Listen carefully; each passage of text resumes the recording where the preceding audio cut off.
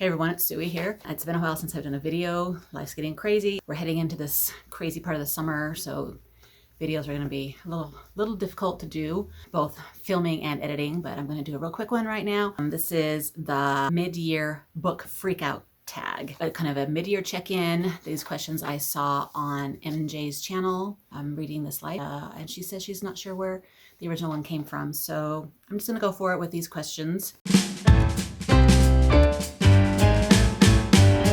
The first one is the best book you've read so far this year. I would have to say it's kind of a tie between Lessons in Chemistry by Bonnie Garmis, which I just read for book club, and The Song of Achilles by Madeline Miller, which I read a couple months ago. That's, like I said, one that's been on my TBR forever, and I finally got to it.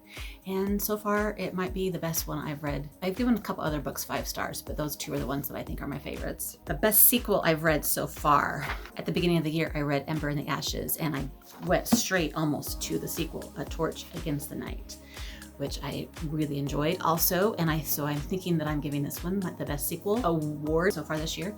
I mentioned that I bought the third one, and hopefully I can get to that one really soon too. A new release I haven't read yet, but want to. I really want to read Happy Place by Emily Henry, and I almost bought it the other day at Costco, but I held back. I decided, I don't know, do I need to buy that book? Can I just get the ebook from the library? I don't know. Anyway, hopefully I can get to that one sometime this summer. And then we're doing Book Lovers for book club a little bit later. I don't know, like maybe next year for February, I think it is. So that one's coming up, but I want to read Happy Place. And then most anticipated release for the second half of the year. I have no idea. I don't know what's coming out. I can barely keep up with things that have already come out, let alone things that are coming out. I'm just going to pay attention to what you guys are loving, and then I will add things to my TBR list as you guys are raving about things. But yeah, I really don't know what's coming up for the next few months. So biggest disappointment. I think for this one, I will say Silence of Bones by June Her. I really was looking forward to this one, and it was good. It was fine. I think it was disappointing because I was just hoping for more, I don't know, oomph to it, more, I want to say character development, but I don't know if that's exactly it, because characters are fine. It was just that there wasn't it didn't grab me. I guess that was it. It didn't grab me like I wanted it to. It was more of a mystery. Mysteries are struggles for me, so maybe that was it. Number 6, the biggest surprise. I think I'm gonna say this one, The 3-Body Problem, because surprise mostly because it wasn't on my radar. I wasn't expecting to read this kind of a book. And my son kind of said, hey, you should read this book. And so I stuck it in my lineup. And I guess it was a surprise, number 1, like I said, because it wasn't something I expected I would read. And number 2, it's not the kind of book I usually read. And number 3, I actually quite liked it.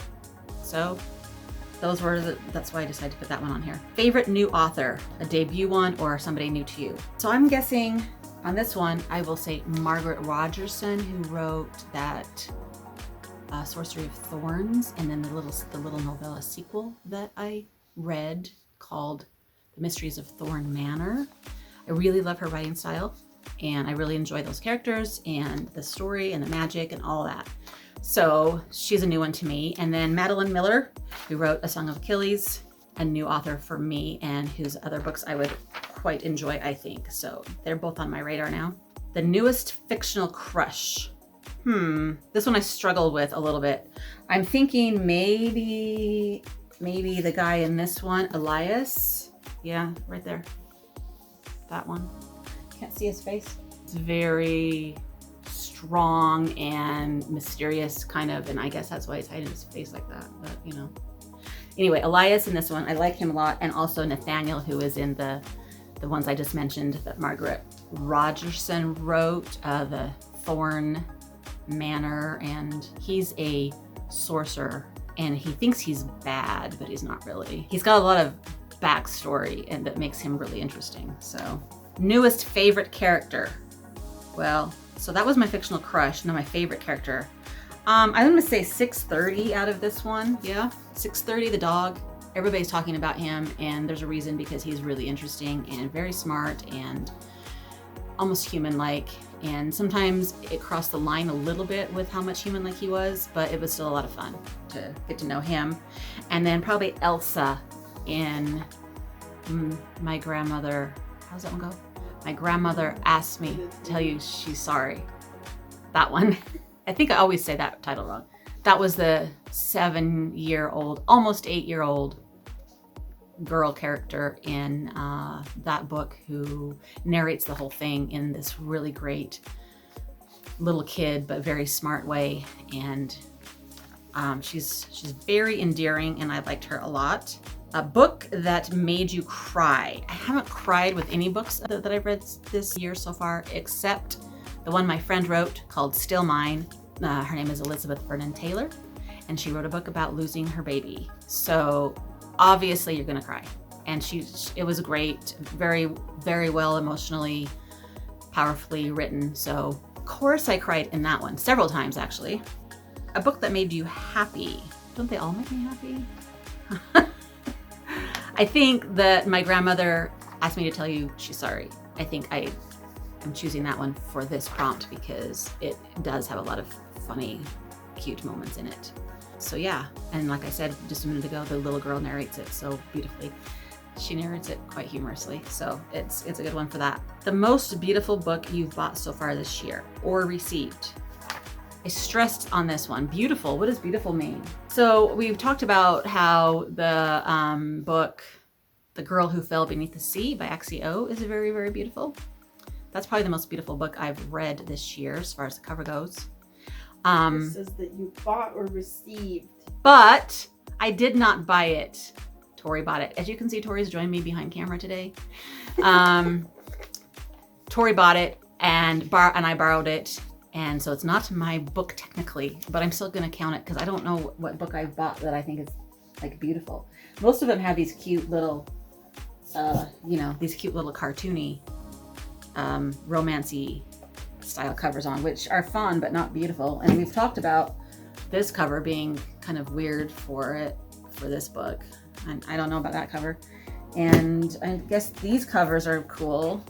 Yeah, I don't know. They're not beautiful though. So I don't know. Yeah, see, there's just nothing that stands out except that one that I didn't technically buy. So I'm counting it. The last one is, what books do you need to read by the end of the year? This is funny. How am I supposed to answer that question? The books I need to read by the end of the year? Well, all these books here are on my shelf. All those books I need to read by the end of the year. Those are the most recently acquired ones, some of them for book club. I need to read book club books. So I don't want to list all those. That's a lot. I need to read Spare, which I'm almost done with. I need to read, for the summer, I need to read Happy Things. I need to read memoirs for July. I don't know what that's going to be yet. Maybe the H Mart one. You need to let me borrow your H Mart book too.